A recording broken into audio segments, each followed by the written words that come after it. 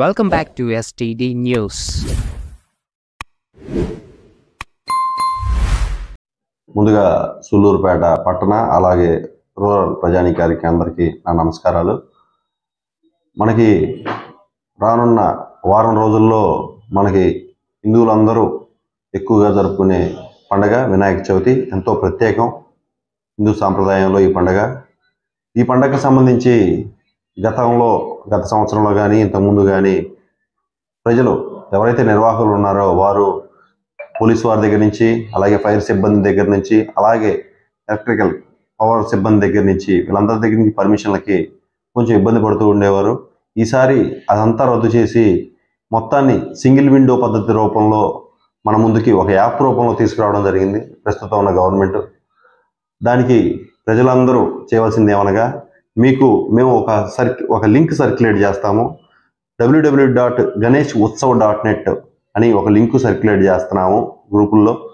ఈ గ్రూపులోకి మీరందరూ లాగిన్ అయ్యి మీరు ఇది క్లిక్ చేయగానే న్యూ అప్లికేషన్ అని చెప్పేసి ఒక లింక్ ఓపెన్ అవుతుంది. న్యూ అప్లికేషన్ లింక్ ఓపెన్ అవ్వగానే న్యూ అప్లికేషన్ మీద మీరు ప్రెస్ చేస్తే ఒక అప్లికేషన్ మీకు మీ మొబైల్ నెంబర్ ఎంటర్ చేయమని అడుగుద్ది. ఎవరైతే నిర్వాహకులు ఉంటారో వారి మొబైల్ నెంబర్ ఎంటర్ చేసి ఆ నంబర్కి ఓటీపీ వస్తుంది.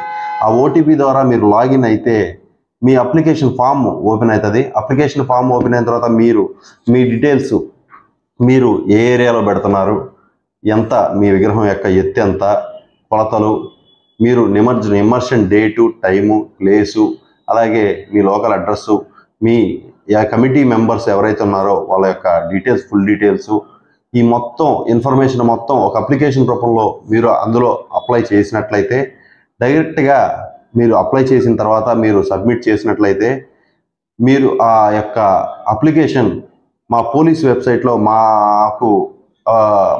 పోలీస్ వెబ్సైట్లోకి వచ్చేస్తుంది. తర్వాత మా దగ్గర నుంచి ఆ మొబైల్ నెంబర్ ఏదైతే మీరు లాగిన్ అయ్యారో ఆ లాగిన్ అయిన నెంబర్కి మా దగ్గర నుంచి వాళ్ళు కాంటాక్ట్ అవుతారు. సంబంధిత ఐటీ కోర్ టీం కాంటాక్ట్ అవ్వడం జరుగుతుంది. ఇది తీసుకురావడం వల్ల పోలీసు వారికి మాకు కూడా డైరెక్ట్గా ఎటువంటి ఇది లేకుండా కూడా డైరెక్ట్గా సింగిల్ విండో రూపంలో ఈ సేవలు మీకు అందుతాయి ఎవరైతే నిర్వాహకులు ఉన్నారో వారందరికీ.